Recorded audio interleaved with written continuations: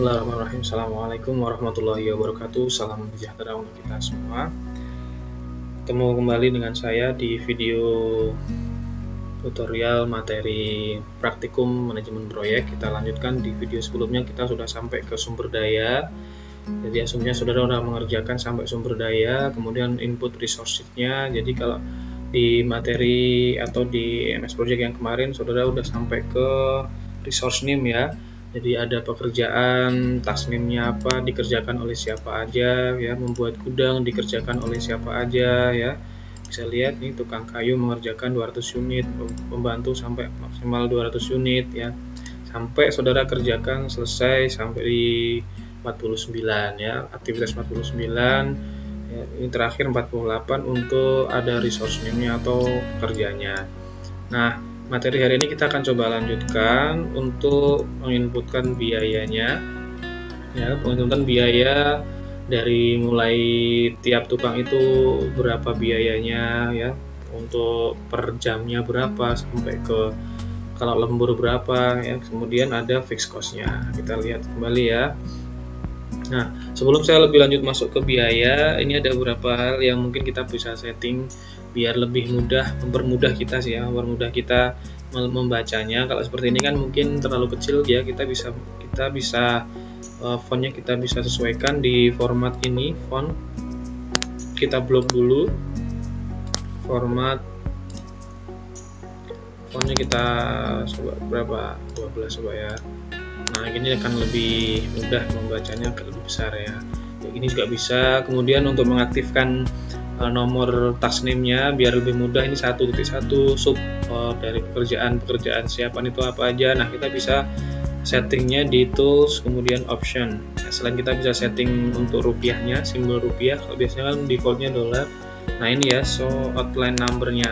Ini kalau saya hilangkan, nah dia nomor ini akan hilang. Cara menampilkannya, so ini di outline number-nya gitu. Nah, seperti itu. Nah, langkah berikutnya, kalau saudara, ini asumsinya saudara mengerjakan ini sampai ke 49 ya, atau 48 untuk resource name-nya, saudara sudah kerjakan ini. Kita bisa menginputkan atau bisa mengetahui mungkin dari pihak awal ini seperti materi yang sebelumnya juga ya. Kita dari sini pun kita udah ketahuan jalur kritisnya ya, warna merah ya. Saya nggak akan di materi ini nggak akan fokus ke pekerjaan selesai kapan ya, pasti akan berbeda-beda ya. Yang penting saudara bisa mengetahui konsep untuk menginputkan aktivitas atau settingnya seperti apa. Nah, kalau masalah pekerjaan selesai kapan ini bisa disesuaikan dengan waktu mulai proyeknya harus sama, kemudian juga jam kerjanya harus sama, harus teratur ya, karena ini kan pasti berbeda-beda. Ada yang dia bawa atau backup file dari awal kita mulai praktikum manajemen proyek, ada yang mulai kembali di tanggal minggu yang lalu baru mengerjakan kembali, macam-macam. Jadi kita nggak fokus ke pekerjaan selesai kapan. Yang penting saudara bisa menginputkan setting-setting yang bisa kita lakukan di MS Project ini. Kita kembali lagi ya di Gantt chart. Kemudian langkah berikutnya adalah kita akan input biaya. Di input biaya ini di resource sheet ya, di view resource sheet. Nah, di sini ya, kita akan ketahui di awal adalah standar rate-nya. Tukang batu itu standar rate-nya per jamnya berapa sih? 1250 contoh aja ini ya. Overtime-nya berapa waktu lembur? Jadi kalau biaya lemburnya adalah 1750 per jam. Nah, contoh gitu. Ini hanya contoh aja, tidak real ya. Yang penting saudara tahu standar rate-nya itu seperti apa, overtime-nya seperti apa ya. Jadi bisa memahaminya dengan baik. Nah, kemudian kita bisa inputkan fixed cost-nya.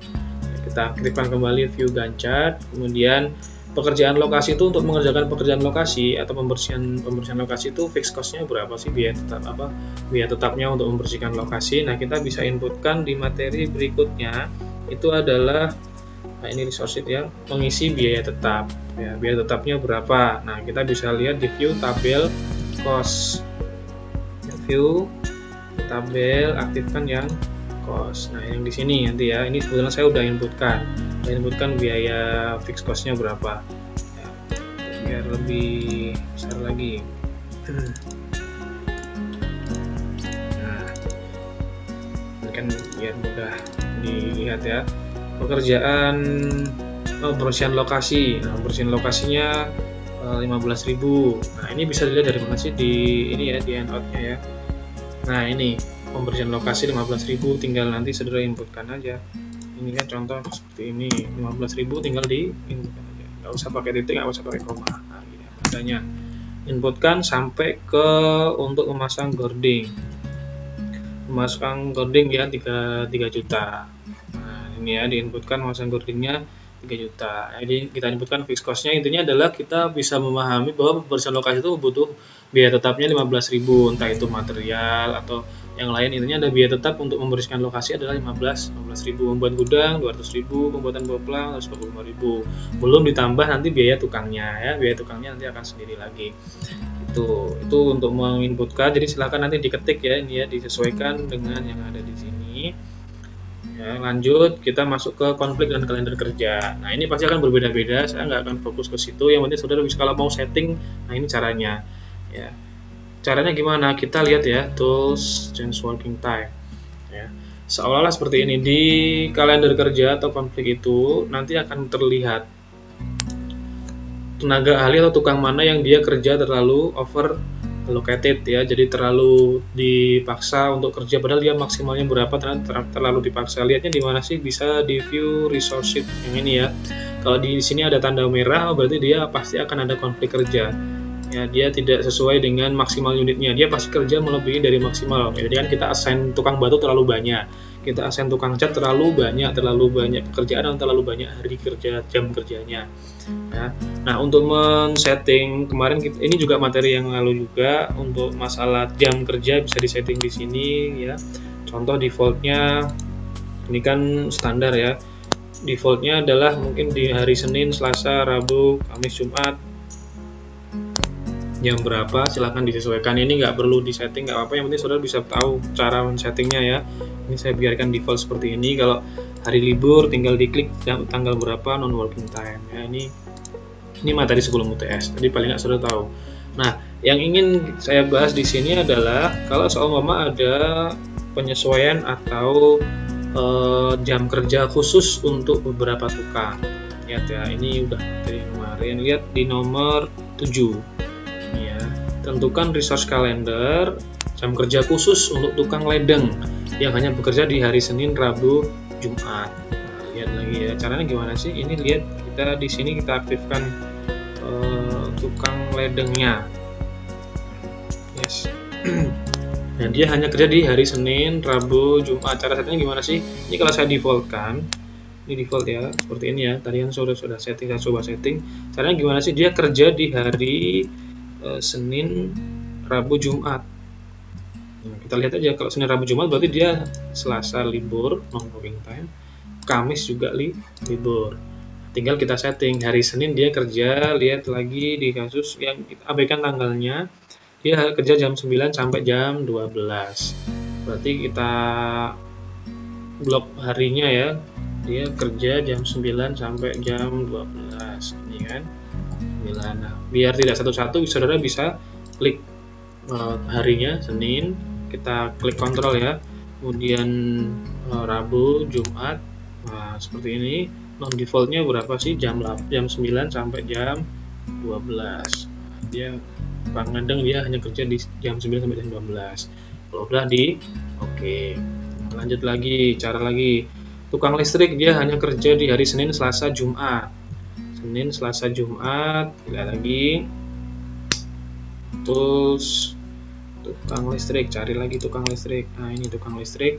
Senin, Selasa, Jumat. Nah, seperti ini ya, tinggal di blok dia kerja jam berapa. Nah, jam kerja jam, lihat lagi ya, jam 10 sampai jam 1, dia tidak ada istirahat. Jadi ubah di sini 10 sampai jam 1. Nah, tinggal di oke. Nah, kalau pengen lihat lagi, kan ini kan dia hari Rabu dia pas libur, non working time. Kamis non working time juga. Karena dia hari kerja hanya di hari Senin, Selasa sama Jumat. Udah di oke. Itu caranya. Jadi kita bisa assign per tukang itu dia kerja di hari apa aja, kemudian di jam berapa aja, kan kita bisa setting itu. Nah, Untuk mengatasi konflik kerja, ya, contohnya nih kalau ada warna merah tadi, kita lihatnya di mana sih? Bisa dari resources yang di sini warna merah ini, atau bisa juga lihat juga di sini. Ini contohnya, lihat ya, ini diperhatikan tukang batu itu dia maksimal unitnya 600%. Nah, kita lihat di view resource graph. Ini ya. Kalau ada warna merah berarti over allocated, jadi dia terlalu banyak untuk di assign resource atau ditugasi. Kalau di warna biru berarti dia udah sesuai dengan jam kerja dia atau maksimal unitnya dia. Lihatnya gimana? Ini lihat di sini ada scroll ya. Tukang batu ada masalah, ada konfliknya. Tukang kayu aman. Tukang ledeng, tukang cat ada masalah, tukang talang ada. Ya, kemudian tukang gali juga ada. Nah, kalau ada warna merah ini ya, tukang batu, nah, warna merah. Lihat di sini, kita lihat lagi view resources. Kemudian tukang batu. Nah, tukang batu dia 600% maksimalnya. Lihat di sini resourcesnya, view resource graph. Tukang batu kita scroll ke kanan aja. Warna merahnya dia di mana? Terus sama, nah ini nih ketahuan warna merah. Nah, dia kerja sampai 1100 mungkin ya, ini 1200. Jadi di awalnya maksimal 600, kemudian 1200. Nah, gimana caranya? Nah, ini juga sudah dijelaskan di sini. Ya. Mengatasi konflik kekurangan tenaga. Ya, untuk mengatasi konflik ada dua cara. Bisa mengurangi jumlah resource pada task yang mengalami konflik ya. Jadi ya berarti pekerjaannya dikurangi biar tidak terjadi over allocated ke tenaga ahli kita atau petangnya. Kemudian juga bisa juga menambah jumlah resource yang kurang pada tanggal yang terjadinya konflik, tambahin tenaganya ya. Kalau di hari tertentu, di task tertentu ternyata dia ada konflik kerja atau kekurangan kerja, ya tambahkan. Jadi mau nggak mau tapi kan akan ada tambahan biayanya ya, menggantikan resource yang kekurangan dengan resource lain. Ya, jadi kalau samanya di tukang batunya kurang ya berarti ya diganti sama yang lain atau ditambahkan ya, ditambahkan dari tukang-tukang yang lain untuk bisa membantu melemburkan resource pada hari liburnya. Kalau semuanya memang dibutuhkan darurat ya pasti ya kita tambahkan jam kerjanya untuk lembur. Nanti akan ada tambahan biaya lemburnya. Menggeser jadwal task yang mengalami konflik, digeser jadwalnya biar nggak terjadi konflik di hari itu, mengubah hubungan antar task. Nah, kita akan coba di sini nanti tambahkan maksimal unit dia kerja. Ya, di sini kan tadi terlihat sampai 1000 tukang batu sampai 1100 ya. Nah, ini tambahkan aja 1100 masih merah, mungkin dia lebih 1200 aman. Ada lagi coba 1300 aman ya. 1300 dia langsung warna merahnya berkurang ya atau hilang. Seperti itu. Lihatnya lagi di sini di view resource graph. Tukang kayu, tukang batu udah nggak warna merah lagi, tulisan tukang batunya ini ya tadi warna merah. Next lagi tukang cat. Nah, tukang cat, lihat ya tukang cat dia merah di mana? Lihat lagi tukang cat. Dia kerja di akhir ya. Nah, ini 900. 900 dia maksimal 600, dia kerja sampai 900 unit. Nah, gimana caranya? Ya udah dipenuhi aja tukang catnya. View resource sheet 600 jadi 900. Nah, jadi warna merahnya hilang. Jadi biar dia kerja disesuaikan aja, yang penting sampai dia, nah ini manual ya, karena jadi seperti itu dia nambah jam kerjanya atau nambah maksimal jadinya, dia awalnya dia kerja cuma 600% jadi tambah 900% ya. Jadi akan ada tambahan biayanya. Itu cara mengatasi untuk konflik kerjanya. Gitu ya. Kemudian lanjut nih ya, untuk jalur kritis. Jalur kritis tadi kemarin juga materi sebelum tes juga sudah saya bahas, tadi makanya saya nggak akan bahas lebih lanjut. Yang penting ada warna merahnya, saudara bisa lihat bahwa itulah jalur kritisnya atau jalur yang diutamakan atau disesuaikan yang dikerjakan lebih dulu ya. Bisa dilihat juga dari sini tadi kan saya aktifkan kembali Gantt chart ya, atau diaktifkan view network diagram. Nah, inilah warna merahnya yang jalur kritis. Saya kembali view Gantt chart lagi. Bisa juga di sini bisa kita setting di mana format view. Cek lagi format textile. Nah, format textile. Kemudian kita pilih di sini critical task warna merah. Oke. Nah ini ya, jadi inilah jalur kritisnya. Tadi kan belum ada warna merahnya, ketahuan ya. Warna merah inilah yang jalur kritis. Ini bisa disesuaikan tadi format tekstilnya yang untuk jalur kritis itu gimana. Mungkin dibuat italic, miring ya, atau underline. Contoh aja ya ini. Nah seperti ini, miring di underline. Oh inilah jalur kritisnya. Nah ini nggak ada jalur kritisnya. Nah seperti itu jalur kritis. Next lagi, tekstilnya aman. Menampilkan landasan kritis juga bisa juga. Ini di Gantt Wizard, format Gantt Wizard, Nah, next critical pad kita pilih seperti ini, biar ini warna merah. Jadi next terus saja sampai form. Tunggu nanti ya. Nah warna merah inilah yang jadi jalur kritisnya. Tinggal kalau saudara pakai laptop, tinggal diklik atau dipencet kontrolnya di keyboard, kemudian di scroll pakai mouse. Nah, kan dia akan zoom in, zoom out. Warna merah inilah jalur kritisnya. Itu jalur kritis sudah dibahas juga di sebelum materi UTS ya. Bisa lihat juga dari view dan block diagram. Kalau saudara pengen tahu aku selesainya di sini ya, kita klik dulu baru di zoom in. Sekali lagi ya, kita nggak fokus ke penyelesaian kerjanya karena ini pasti akan banyak fenomena ya, bisa mulai waktunya bisa beda, jam kerjanya bisa beda ya. Kemudian saudara bisa tahu settingnya pada saat nanti di ujian atau pengerjaan kasus, sesuaikan. Nggak mungkin sepanjang ini untuk pengerjaan kasus di ujian. Oke lanjut ya, saya aktifkan kembali Gantt chart. Kita lanjut ke baseline. Ini seperti materi yang kita sudah bahas di materi di kelas ya, teori ya. Baseline itu kita gunakan untuk melihat ya penjadwalan atau rencana proyek ya. Rencana proyeknya itu kalau seumpama terjadi kemunduran atau lebih cepat dipercepat waktu penyelesaiannya, nanti akan ada apa aja, apakah budgetnya akan bertambah atau waktu penyelesaiannya molor atau lebih cepat. Nah, kita bisa simulasikan sehingga pada saat sebagai seorang manajer kita bisa langsung mengantisipasi kira-kira apa yang harus dilakukan kalau pada saat ada masalah mundur pengerjaan atau molornya pekerjaan dari aktivitas yang kita lakukan. Nah, cara settingnya di mana? Bisa dilihat settingnya adalah membuat baseline-nya adalah di tools tracking save baseline. Ini ya, tools, kemudian tracking, kita klik save baseline. Seperti ini akan default, oke. Yes. Kemudian kita bisa lihat kalau di sini belum muncul seperti ini, saudara bisa lihat di sini tabel kan, kalau entry seperti ini. Nah, saudara bisa sesuaikan di sini tabel cost.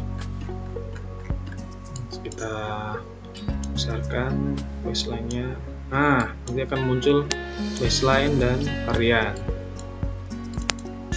Nah, kita lihat ya, kalau seumpama terjadi simulasi. Sebagai pengawas proyek, Anda masih memiliki kesempatan dalam melakukan perubahan-perubahan ya, sebagai manajernya ya. Misalnya durasi membuat gudang yang sebelumnya 4 hari diganti menjadi 3 hari. Nah, jadi di baseline itu untuk mengetahui atau mensimulasikan kalau semuanya membuat gudang itu kita percepat atau perlambat, apa konsekuensinya. Ya, contohnya ya, total cost-nya 302.400 baseline. Baseline ini kan kayak rencana awalnya.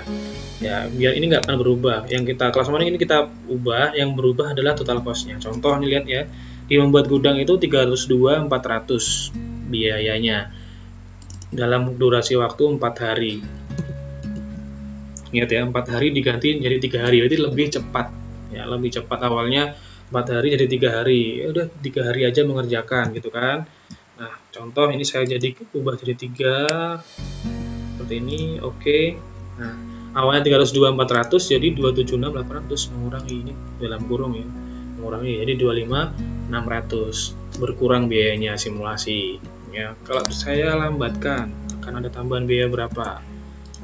Nah, tambahan biaya 25.600, awalnya 302.400 jadi 328.000 ya, dan karena tambahan biaya. Buat 2 pulang, contoh lagi, normalnya 2 hari, kalau saya percepat 1 hari. Oke.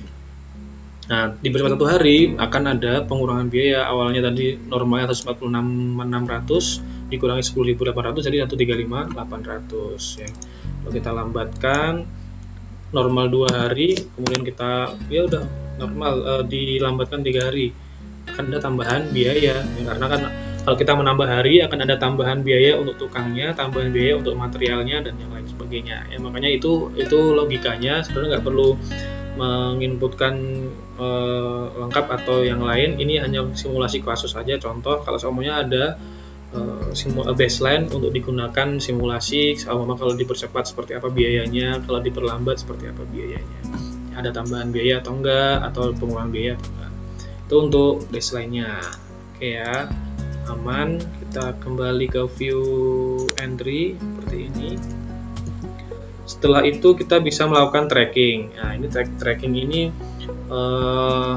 kita seumpama akan melakukan sidak. Ini materi kalau di teori belum sampai ke sini ya, di status report. Ya, ini saya contohkan aja. Di tracking itu kita sidak seolah-olah di contoh nih penyelesaian proyek 20 minggu. Di minggu ke-10 kita akan sidak. Nah, sudah sampai mana ini pekerjaan task name-nya atau pekerjaan information-nya, task information ya. Nah, kita bisa cek atau laporkan status reportnya. Di minggu ke-10 untuk pekerjaan A itu baru selesai 50%. Nah, contoh gitu task name-nya pemberian lokasi baru selesai 50%. Nah, kita laporkan 50%. Nah, contoh seperti itu. Ya, itu tracking. Jadi ya status report lah ya. Kita masuk di tools tracking update task.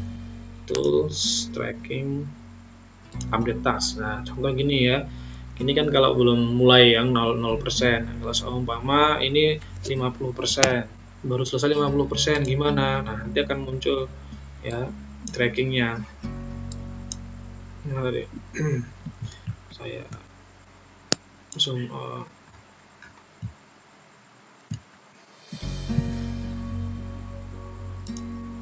view cost biar ketahuan baseline-nya. Nah, 50% tadi buat oplang 50%. Oke, contoh aja nih membuat gudang 75%. Nah, kita laporkan. Oh, ini saya salah 50%. Oke. Nah, ini ya ada tambahan arsiran. Nah, ada warna tracking ya. Baru 75% selesai, baru 55% selesai ya, kayak seperti itulah untuk tracking ya. Ini status report. Nah, baru dilaporkan aja sesuai dengan yang ada di lapangan. Kalau di pekerjaan lokasi baru selesai berapa persen, kalau udah finish 100% ya ditulis 100% ya. Contoh boplannya udah 100% ya, seumpama aja nih ya 100% ya udah ditulis 100%. Ini kayak kita sidak laporan. Ya udah selesai berarti 100% ya. Nah, itu untuk trackingnya. Nah, kemudian bisa juga melalui ini untuk more view-nya tracking view, more view tracking kayak. Nah, coba ya kita coba view more view tracking get.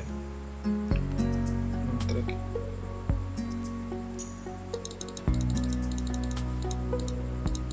Nah, tracking gain ini. Oke. Nah, nanti akan muncul juga ini biar kayak arsirannya jadi nih 75%. Tadi 75%, membuat gudangnya 75. Contoh ini coba kalau 50% gimana? Baru 50% selesai. Nah, nanti akan ada 50% selesai kayak seperti ini ya. Menggali tanah baru 60%. Nah, contoh aja kali ini ya. Nah, 60% seperti ini ya. Kayak kita nge-track lah, ini status proyek. Nah, itu beberapa setting-setting yang ada di MS Project. Jadi tinggal terakhir adalah laporan aja. Kalau ini nanti tidak, pasti akan berbeda-beda ya, fenomenanya akan berbeda-beda. Jadi waktu selesainya pasti akan berbeda-beda. Nggak usah fokus ke situ. Yang penting saudara bisa tahu, paham cara settingnya seperti apa untuk mengetahui baseline, tracking, kemudian mengatur kalender kerja yang khusus untuk tukang-tukang tertentu. Ya, saudara, yang penting saudara bisa paham. Terakhir adalah menampilkan laporan. Nah, jadi gimana untuk menampilkan laporan itu? Jadi view report. Jadi kita untuk menampilkan laporan itu bisa contoh biaya proyeknya berapa sih biaya proyeknya. Nah, di laporan itu bisa project summary, ada top level task ya. Ini overview reportnya. Jadi ini bisa overview current activities, cost ya, assignment, workload sama custom. Nah, contoh di overview ini kita select, kita project summary, kita besarkan ya. Nanti akan ketemu biaya proyeknya, schedule-nya adalah 34585200 ya. Berarti nanti total biaya proyek kalau nanti di soal ditanya berapa total biaya proyek untuk sampai selesai nanti, jadi saudara bisa lihat di sini ya, 34585200. Bisa juga dilihat di cost nih ya, pilih cost, pilih yang budget.